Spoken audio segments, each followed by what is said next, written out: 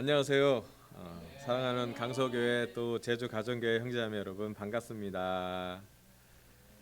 아, 지난 7월 2일 이후에 3개월의 병가를 마치고 설교를 준비했습니다.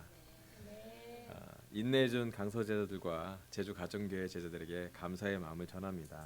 여러분의 기도가 정말로 하나님이 응답하셔서 제가 치유되는데 하나님이 큰 역할을 하신 것 같습니다. 하나님께 영광을 돌리고 싶고 또 물론 누수가 있어서 조금 어렵지만 강서교회 예배당에서 물론 명동 예배도 좋고 분당 예배도 좋고 다 예배가 좋죠. 대구 예배도 좋고요. 하지만 저희는 강서 예배당에서 예배 볼 때가 제일 집에 온 것 같고 환영하는 것 같고 우리가 같이 마음을 나누는 게 참 특별할 것 같습니다. 제가 잠깐 기도하고 시작할게요. 짧게라도 기도하고 시작하겠습니다. 치유하시는 하나님 감사합니다. 3개월간 계속 아침마다 뛰고 기도하고 울면서 배운 것을 나눌 수 있는 시간을 주셔서 너무 감사합니다. 여전히 아직은 아프고 여전히 완전하지 않고 마치 강서교회 건물처럼 뭔가 완전하지 않지만 복음을 들고 또 예수님의 은혜를 입고 성령의 힘을 받아서 이 시간 나눌 수 있음을 너무 감사합니다. 하나님, 저를 위해서 기도했던 많은 형제들의 기도를 들어주심에 감사하고 또 많은 자매들의 기도를 들어주심에 감사합니다. 하나님, 이 자리에 서기까지 고민도 많았고 또 갈등도 많았고 눈물도 많았지만 이 자리에 서 있는데 하나님 앞에 서 있습니다. 하나님, 우리 형제 앞에 또 자매 앞에 있는 것도 있지만 하나님이 이 설교를 듣고 예수님이 이 설교를 듣고 가장 기뻐하시기를 바랍니다. 우리 이 설교 끝나면 우리 모두 왕시기를 본 것이 아니라 하나님을 보기를, 사람을 본 것이 아니라 예수님을 보기를 간절히 바랍니다. 그래서 우리 모두 집에 갈 때는 예수님과 함께 갈 수 있기를 간절히 바라면서 이 시간 감사드리고 이 모든 말씀을 예수님 이름으로 기도합니다.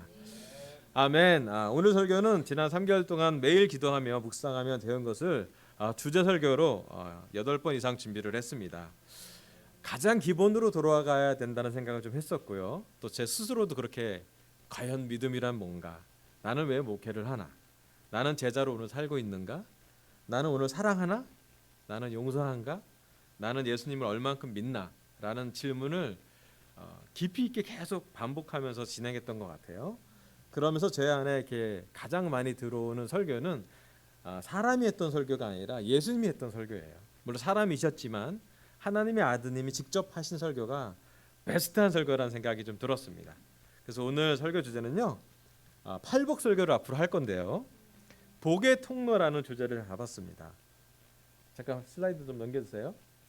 오늘 복의 통로 첫 번째 주제는요, 팔복 중에 첫 번째 복인데요, 마음이 가난한 사람은 복이 있다라는 주제로 말씀을 전할게요. 그럼 앞으로 8번, 9번, 10번 이 정도는 예수님의 복음으로 돌아갈 거고요. 복음 중에서도 우리가 보기에 참 복이 아닌데, 우리가 볼 땐 참 힘든 시간이고 고난인데 예수님이 왜 복이라고 했을까라고 생각해 보면서 또 그 복이 우리한테 얼마나 깨달음을 주는지 좀 더 깊이 있게 얘기하면 그 복이 우리한테 예수님 복에 얼마나 놀라운 것인지를 깊게 깨달았으면 좋겠습니다. 그래서 우리 함께 마태복음 5장 1절부터 3절 같이 한번 읽어볼게요. 넘겨주세요. 마태복음 5장 1절부터 3절입니다. 1절 예수께서 시작. 예수께서 무리를 보시고 산에 올라가 앉으시니 제자들이 그에게 나와왔다. 예수께서 입을 열어서 그들을 가르치셨다. 마음이 가난한 사람은 복이 있다. 하늘나라가 그들의 것이다. 아멘. 복음서에는 예수님이 설교한 기록이 많이 남아 있습니다. 그 중에 마태복음 5장은 지금 우리가 읽은 9절은 예수님이 산에 올라가서 설교하는 모습을 기록합니다. 성경학자들은 산상수훈이라 그러고 또 어떤 사람들은 팔복설교라고 합니다. 이 설교는 제자들이 들었던 설교 중에 가장 임팩트가 큰 설교 중에 하나입니다. 그리고 많은 기적을 포함한 설교였고 또 그 설교이기 때문에 사복음서에서는 이 설교의 흔적들이 기록에 남아 있습니다. 저희 것이 아니라 예수님의 복음이기 때문에 전하는 겁니다. 그리고 예수님이 저에게 또 우리 모두에게 준 말씀이기 때문에 기쁘게 이 말씀을 들으면 좋겠습니다. 자, 오늘 설교 첫 번째 포인트는 예수께서 입을 열어서 그들을 가르치셨다입니다. 설교 준비를 하면서 계속 저는 반복해서 말했습니다. 저의 말씀이 아니라 그리스도의 말씀, 왕식 복음이 아니라 예수님 복음이어야 된다라는 생각이 들었어요.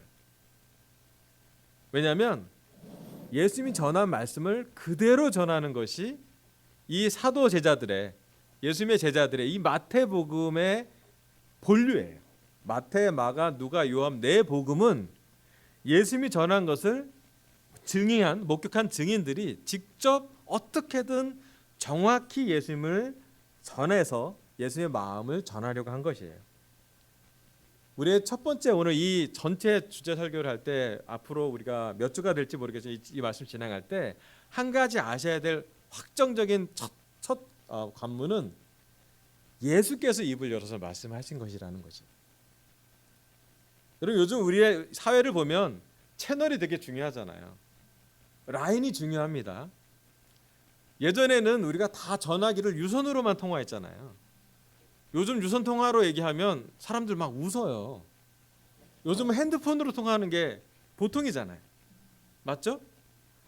여러분, 저희랑 비슷한 세대는 다이얼로 이렇게 구자 돌리는 게 제일 길잖아요. 이렇게 영자 구자 이쪽이. 여러분, 우리 그런 시대를 살았어요. 근데 지금은 어떤 시대인가요? 아날로그 시대가 아니라 디지털 시대예요. 디지털 시대에는 속도가 정말 중요해요. 그리고 아날로그 시대까지는 유선 시대였잖아요. 선이 다 깔려서 이렇게 집집마다 막 전화선이 있어야 되고 막 그랬잖아요. 근데 2000년대 넘어와서 어떻게 됩니까? 최근에 2023년도를 산다면 유선으로 뭘 하는 건 정말 옛날 방식이죠.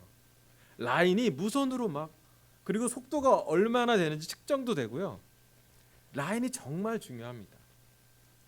제가 이 말씀을 준비하면서 예수님이 생각하는 복의 통로, 예수님이 입을 열어서 직접 이것은 복이다 말씀하신 게 무엇인지, 그리고 우리가 보기에는 정말 복이 아닌 것 같은데, 우리가 보기엔 참 고난이라고 말할 수 있는, 고통이라고 말할 수 있는 것인데 왜 예수님은 복이라고 말했을지, 조금 더 깊게 말하면 우리 예수님의 제자잖아요. 예수님이 보는 눈으로 세상을 바라봐야 돼요. 예수님의 통로로 세상을 보고, 예수님의 눈으로 세상을 보고, 예수님의 행동을 삶으로 살고, 예수님의 마음을 갖는 것, 또 예수님이 가진 성령님으로 우리는 살아가야 합니다. 예수님이 이 땅에 오셔서 하나님에게서 온 것을 가르칩니다. 율법학자들의 가르침과도 달랐고, 그 당시에 로마 통치자들의 가르침도 달랐고, 그 당시에 많은 랍비들과도 예수님은 차이가 있었어요. 그 당시에 많은 가르침은 복이 있는 것은 강한 것이고, 능력 있는 것이고, 성공하는 것이고, 기복적인 것이, 축복을 받는 것은 강한 것이라고 많이 설교를 들을 때였어요. 하지만 예수님은 많은 사람이 무리지어서 모였을 때 그들과는 좀 다른, 차원이 다른 설교를 했었습니다. 놀라운 건 뭐냐면 예수님이 가르쳤을 때 많은 사람이 모였다는 거예요. 물론 그들이, 어떤 사람은 빵 한 조각을 먹고 싶어서, 배불리 먹고 싶어서, 어떤 사람은 아픈 걸 좀 낫고 싶어서, 어떤 사람은 간절히 하나님을 찾고 싶어서 찾은 사람도 있었겠지만, 예수님은 사람들의 인기를 모으기 위해 설교한 것도 아니고, 예수님이 얘기했던 축복이 사람들이 원하는 성공에 대한 것도 얘기한 것도 아니었어요. 하지만 예수님은 입을 열어서 말씀했고, 그 입을 열어서 말씀한 것을 기록한 것이 지금 우리가 알고 있는 4대 복음서입니다. 그리고 그 복음서는 다시 한번 우리로 하여금 깊게 영향을 줄 거라고 저는 믿습니다. 자, 오늘부터 우리는 저와 함께 예수님이 입을 열어 직접 얘기했던 복의 통로, 그 통로만 잘 뚫어도요, 우리한테 복이 온다는 거예요. 여러분, 상수도 하수도 잘 뚫어야 되죠. 막히면 어떻게 되나요? 우리 교회 지금 누수가 생긴 이유가 뭔가요? 뭔가 막혀 있어서 그래요. 뚫어서 내려가서 이렇게 잘 없어져야 될 것이, 비가 물이 스며들어 생기는 거잖아요. 여러분, 우리가 복의 통로만 잘 정비되면 예수님이 얘기한 복이 옵니다. 더 놀라운 건 뭐냐면 우리를 통해서 감히 부족하지만 우리를 통해서 복이 전달되기도 해요. 아브라함한테 약속한 복이 그 세대에게 전달됐던 것처럼 이삭과 야곱에게 전달됐던 것처럼 예수님이 전한 복음을 우리가 정말 전달한다면 그 복음이 부족하지만 우리를 통해서도 전달이 될 거예요. 사도 제자들은 예수님이 입을 열어서 그들을 가르친 것을 그대로 기록했고 기록한 것은 우리에게 지금까지도 성경이라는 통로로 우리에게 와닿아 있습니다. 좀 아날로그 방식이긴 하지만 2000년 전이니까 무조건 아날로그겠죠. 하지만 이제는 디지털해서 좀 더 예수님과 성령님으로 우리가 교류하면서 깊이 있는 복음, 깊이 있는 말씀을 좀 들어보면 좋겠습니다. 또 깊이 있는 말씀은 우리에게 깨달음을 줍니다. 같은 아마 이 복음에 대한 팔복에 대해서는 우리 많이 알고 있을 거예요. 하지만 깊이는 좀 차이가 있을 거라고 생각이 듭니다. 같은 말씀인데 조금 본질에 가까운, 조금 기본에 가까운 곳으로 더 가까이 갔으면 좋겠습니다. 예수님의 복음을 다시 한번 우리 깊게 저와 함께 말씀을 보고 깊게 배워서 깨우치기를 바랍니다. 아멘. 다음 슬라이드 넘겨주세요. 마태복음 5장 3절입니다. 제가 읽어볼게요. 마음이 가난한 사람은 복이 있다. 하늘나라가 그들의 것이다. 마태복음 5장에서 예수님의 설교는 이 세상의 관점과 완전히 다릅니다. 예수님이 복이라고 얘기하는 통로를 심지어 이렇게 표현합니다. 가난, 슬픔, 줄이고 목마름, 박해받는 사람. 자, 우리 중에 가난한 제자들, 슬픈 강서 제자들, 줄이고 목마른 제주 가정교회 제자들, 박해받는 형제자매들 있으면 그게 복입니까? 여러분 복일까요?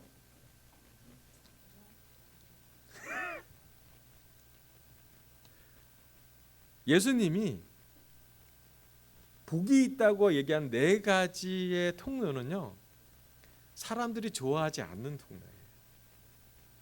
사람들이 조금 기피하는 통로예요. 그런데 예수님이 시작부터 복음이라고 얘기하면서 축복이라고 얘기했던 첫 번째 복음의 통로는 마음이 가난한 사람이 복의 통로가 된대요. 자, 주석을 제가 넘겨주세요. 주석이 나오나? 예, 마음이 가난한 사람은 이렇게 써 있대요. 부자나 권력가들의 경제적 수탈과 사회적 억압에서 자신을 구원할 능력이 없는 사람을 원어로 보면 마음이 가난한 자래요. 여러분, 부자나 권력가들의 경제적 수탈과 사회적 억압에서 자신을 구원할 능력이 없는 사람. 우리 스스로 한번 물어봤으면 좋겠어요. 그렇게 살고 싶으세요? 또는 우리 그렇게 살고 있나요? 우리 강서와 제주 가정교회 제자들의 스스로에게 한번 물어보시면 좋겠어요. 예수님 아마 이렇게 질문하실지 모르겠어요. 오늘 우리는 마음이 가난합니까? 가난한 것은 어떤 것인가요? 우리 중에 가난을 경험한 사람은 어디까지 경험해 보셨습니까? 우리 부모님 세대한테 물어보면요, 저희 장인어른 돌아가신 천국 가셨는데 우리 장인어른이 가장 고통이 어떤 거세요? 했더니 뭐 여러 가지 저 뭐 이런 것도 고통스러운데 우리 장인어른이 북한에서 이제 형제를 두고 내려오신 분이거든요. 가장 다 같이 내려오신 분인데 가장 어려운 게 무슨 고통이냐 했더니 배고픈 고통이 넘버원이래요. 다른 건 다 그래도 참아지는데 배고픔 못 참는데. 배고프면 무엇이라도 먹게 된대. 나무 뿌리라도 뜯어 먹어야 되고 진짜 먹을 수 있는 거는 다 먹어야 되는 게 그 시대의 시간이었대요. 죄송하지만 저는 그렇게 배고파 본 적은 없었던. 제가 의지적으로 금식을 결정한 적은 있어요. 12일 금식을 해본 적이 동경 가서 있었는데 그리고 이빨이 흔들걸렸죠. 너무 힘들어갖고. 우리 중에 그렇게 배고픔을 경험한 사람이 있을까? 뭐 무슨 뭐 의료적인 행위 때문에 금식을 한다. 뭐 우리 예전에 교회에서 한참 체인 금식할 때 형제들이 제일 힘들어하는 게 너 회개 안 하면 진짜 금식 회개 두 중에 한 명이 죄를 지면 또 금식해야 되니까 우리 막 연좌제처럼 막 그런 적이 있었는데요. 중요한 것은 가난을 좋아하는 사람은 역사적으로 한 명도 없습니다. 자, 이제 예수님 시대로 좀 들어가 볼게요. 1세기 나사렛 또 가보나움 갈릴리 그 시대 그 지역 로마 통치였고요. 부유한 사람보다 가난한 사람들이 훨씬 많은 시대. 마치 우리 일제 치하 경험하듯이 경제적인 수탈이 정당화됐던 시대. 군사 정권이 들어와서 로마 정권이 유대 총독보다 더 강한 집행을 하는 시대. 정상적인 사람보다 종이 훨씬 많은 시대. 한 끼 먹을 게 있다면 어디든지 달려가는 그 시대였습니다. 빵을 주면 남자만 5천 명이 그냥 모이는 시대였어요. 그 가난하고 배고프고 힘든 유대인들 사이에서 예수님은 가난한 가정에서 태어나셨고요. 가난하게 자라는 것을 보았을 겁니다. 그런데 예수님 얘기합니다. 마음이 가난한 사람은 복이 있다고요.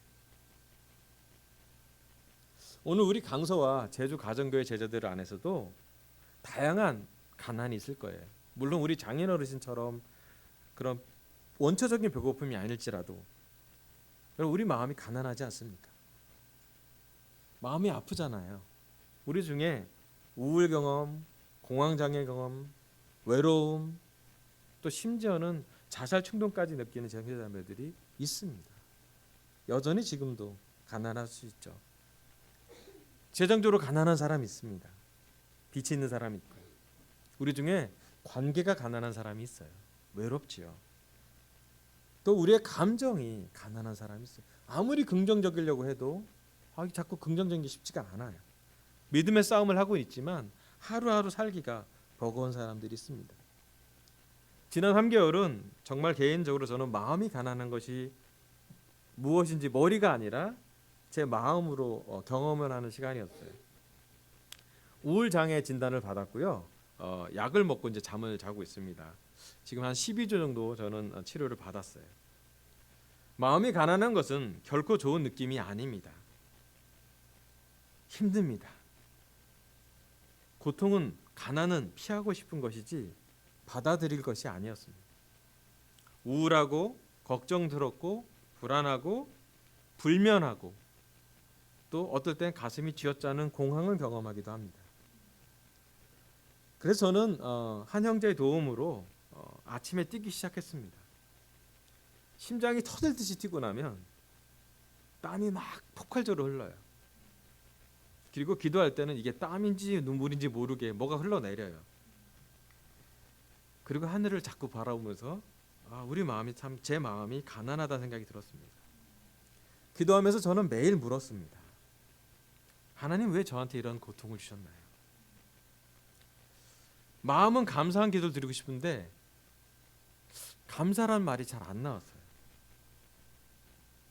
지금 이 시간은 고통스럽습니다. 땀이 흐르고 눈물이 흐르고 나면 이상하게도 마음 저 깊은 곳에서 그냥 이 예수님의 말씀이 그냥 들렸어요. 마음이 가난한 왕식은 복이 있다. 그러면 이제 제가 어떻게 반응하면요? 아니에요, 복 없습니다. 솔직히 제 반응은 마음이 가난한 건 저게 복이 아닙니다, 하나님. 예수님 그거 복 아니에요. 복처럼 느껴지지 않아요. 마음이 가난한 것이 복이라는 예수님의 말씀에 저는 계속 의심하고 계속 저항하고 싶고 계속 무력하고 계속 상실감이 들었어요. 그런데 그 어느 시점에는 방향을 정해야 됐어요. 계속 가난 속에 살고 싶니? 마음 가난 속에 계속 남아 있을래? 무력감이나 우울감이나 상실감으로 계속 살래? 머물고 싶니? 아니요, 그거 쉽진 않아요. 내 마음의 깊은 곳에서 예수님이 했던 이 복음이 밧줄처럼 내려왔어요. 아, 나는 이 말씀으로 나를 좀 동요매야 살 수 있겠구나. 여전히 아침에는 러닝을 하고 밤에는 우울장애 약을 먹고 잠을 들고 있습니다. 가난한 상태라고 아직 볼 수도 있죠. 하지만 적어도 이 말씀으로 저는 제 마음과 몸을, 영을, 정신을, 감정을 동요매야 할 기로 결정을 합니다. 여러분, 예수님은 그 시대에 얘기했습니다. 마음이 가난한 사람, 수탈을 당해서 자신을 구원할 능력이 없는 사람이 복의 통로라고 얘기했습니다. 여러분, 예수님이 복이라고 말하는 마음이 가난한 자에 대해서, 또 우리 강서와 제주 가정교회 제자들이 마음이 가난한 부분이 있다면 한번 묵상해 보길 바랍니다. 그것이 우리에게 어떤 복을 가져다 주었는지, 우리가 마음이 가난할 때, 예수님이 말하는 그 가난함을 경험할 때 우리에게 어떤 축복이 찾아왔는지를 한번 묵상해 보시길 바랍니다. 자, 세 번째 포인트는요. 다음 슬라이드 넘겨주세요. 제가 다시 한번 읽어볼게요. 마태복음 5장 3절. 마음이 가난한 사람 복이 있다. 하늘나라가 그들의 것이다. 제 세 번째 포인트는요. 하늘나라가 그들의 것이다입니다. 사실 예수님은 이 설교를 한 호흡으로 말했어요. 이렇게 뭐 우리는 문장으로 끊는데요. 원래 복음서에 보면 점이 없어요.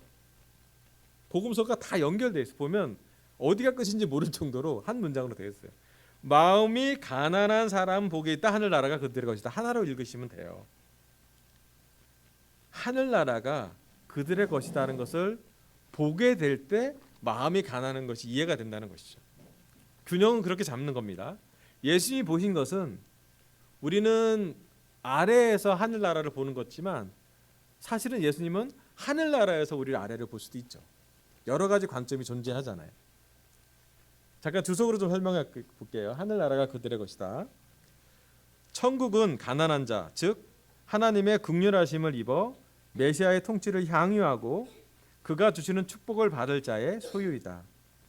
여기에서 천국은 넓은 의미로 현세에서 그리스도인이 누릴 모든 특권과 내세에서의 영원한 축복을 포함한다. 그러나 천국은 인간의 노력에 대한 대가와 보상이 아니라 심령이 가난한 자에게 내려지는 하나님의 긍휼하심에서 비롯한 선물이다라고 기록되어 있습니다. 마음이 가난한 자는 복이 있다고 예수님이 설교했을 때 마음이 가난한 자가 하는 행동을 보면 우리가 알 수 있어요. 사실 우리 삶에 마음이 가난해지면요, 우리가 뭘 하냐면요, 하늘을 보게 돼 있어요. 어쩌면 유일하게 의지할 게 하늘밖에 없을 수도 있어요. 우리나라 역사를 보세요. 힘들 때 다 하늘을 보고, 우리 부모님 세대도 하나님 모르는 사람도 하늘 보고 막 정한수 떠놓고 기도했잖아요. 마지막 구절 하나 좀 적어놨습니다. 시편 121편 1절 2절 5절 6절 한번 읽어볼게요. 우리 같이 한번 읽어볼게요. 한 목소리로. 시편 121편 1절입니다. 내가 시작. 내가 눈을 들어 산을 본다. 내 도움이 어디에서 오는가? 내 도움은 하늘과 땅을 만드신 주님에게서 온다.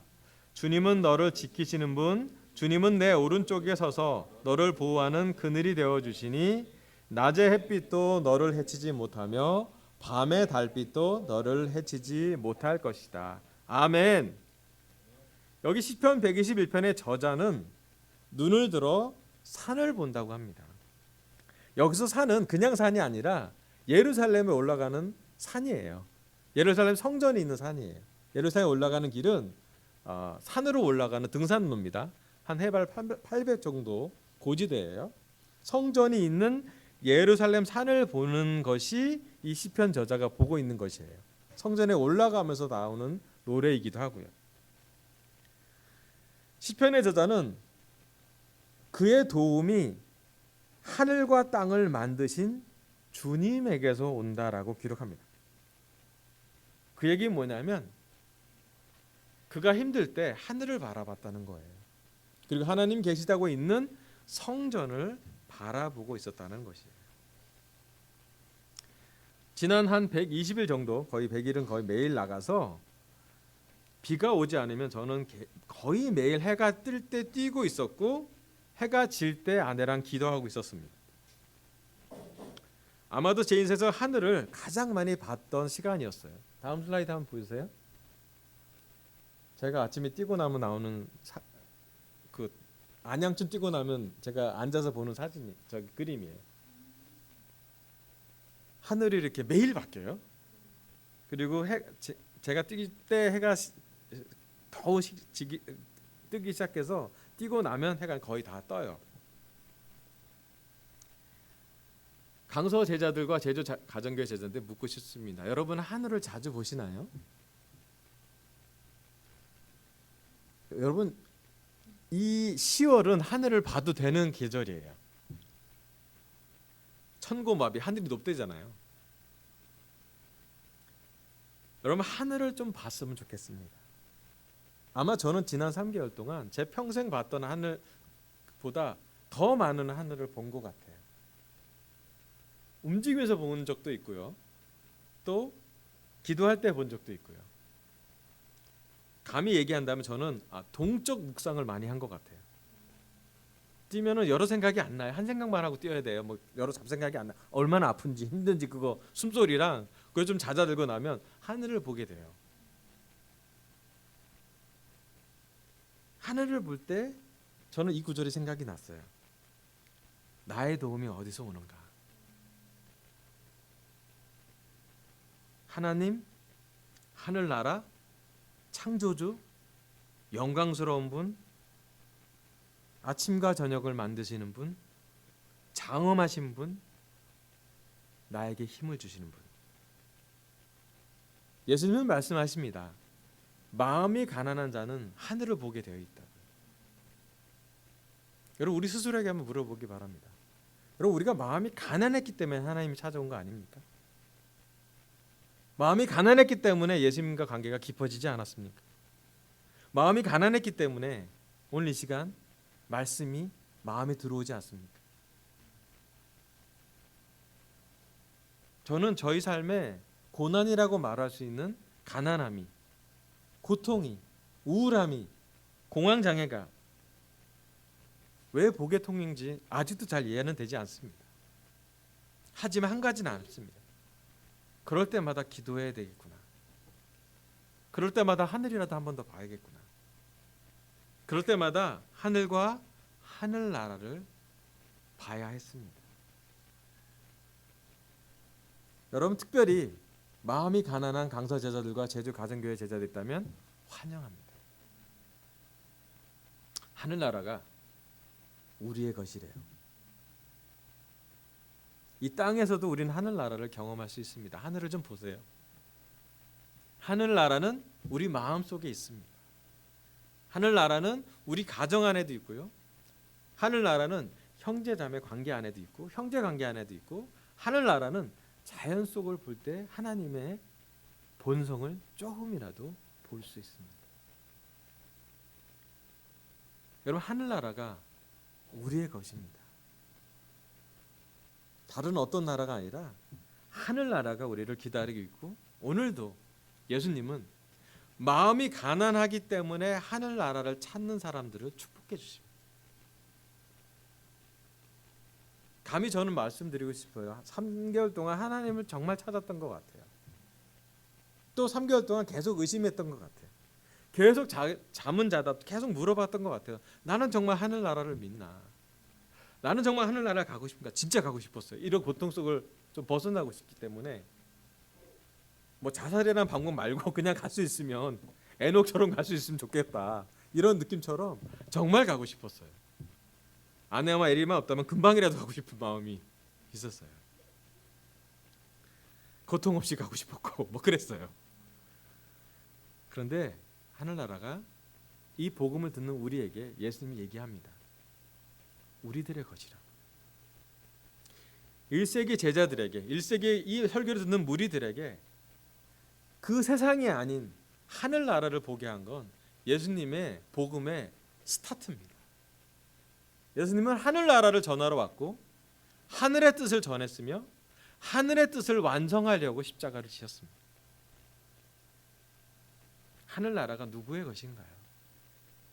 예수님만의 것은 아닙니다. 1세기 사도들만의 것이 아니고요. 지금 이 설교를 듣는 우리 모두의 것입니다. 하늘나라랑 우리 시선이 맞춰졌을 때 마음이 가난한 것이 복이라는 것이 이해됩니다. 우리는 밑에서 하늘을 바라보지만 어쩌면 예수님의 카메라는, 예수님의 앵글은, 관점은 거꾸로 된 것 같아요. 이 땅에 살지만 예수님이 하나님이 보시는 관점으로 이 땅을 보는 거예요. 하나님이 보시는 그 투시경으로 보면 간절히 하나님을 찾는 자, 신음하는 자, 하나님의 고통을 호소하는 자, 하나님께 울고 있는 자, 하나님을 열렬히 찾고 있는 자, 그가 하나님을 만나고 하늘나라를 경험하는 자가 된다는 것이에요. 여러분, 이번 주 가능하면 매일 하늘을 좀 보세요.